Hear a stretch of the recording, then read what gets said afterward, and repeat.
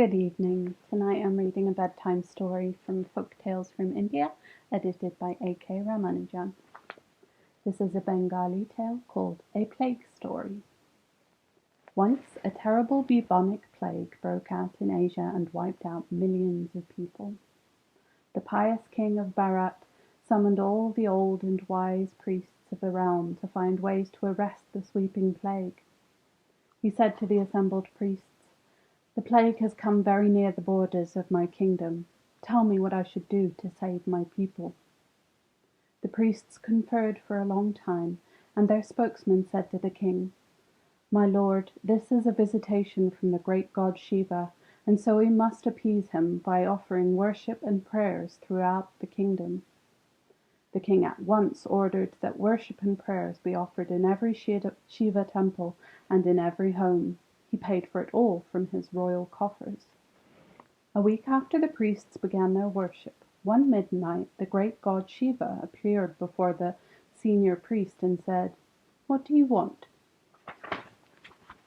The priest's hair stood on end, and he prostrated himself full length on the ground before the great god and stammered, "O Shiva, savior of the universe, you know what we want. Save us from the plague advancing towards our kingdom." The god replied, "Done. Your prayers have pleased me. My servant Nandi will guard your country against all evils." And then he vanished. Early next morning the happy news was conveyed to the king, who rewarded each of the priests with 25 milk cows and 50 bags of cowrie shells, and sent them home. Now Nandi was posted to see that the plague did not enter the kingdom. He watched the borders vigilantly day and night. One night, as he was on his rounds along the frontiers, the grim plague assumed a body and a shape, and appeared before him, threatening to enter the kingdom. Nandi, with his trident lifted high, shouted at him, "Get out of my sight, you villain! One step more and you'll be finished."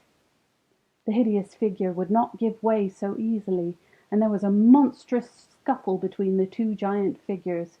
It went on for days.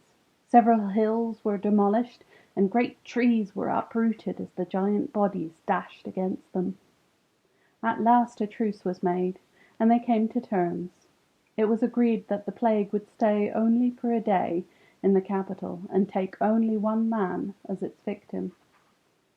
But the next evening a great hue and cry was raised in the city, for it was reported that not one or two, but 100 men had all died of plague. The king sent at once for the priests and asked for an explanation. They hastened anxiously to Nandi and asked him the reason. Nandi flew into a rage and ran out in search of the plague. He met him on the dusty floor of a ruined house. He caught him by the neck and thundered, "Scoundrel! You have broken your promise. You've taken not one but 100 victims. You'll pay for this." Even from under Nandi's grip the plague let out a peal of laughter and said, "Brother, I've not broken my promise. Don't be angry with me. I did actually take only one man as I promised, but the other 99 died out of fear. What could I do? These people had a simple fever and a little swelling of the glands, and they mistook them for signs of my approach, and they died of fear. I had nothing to do with it." Nandi loosened his iron grip and let the plague go. The end. Good night.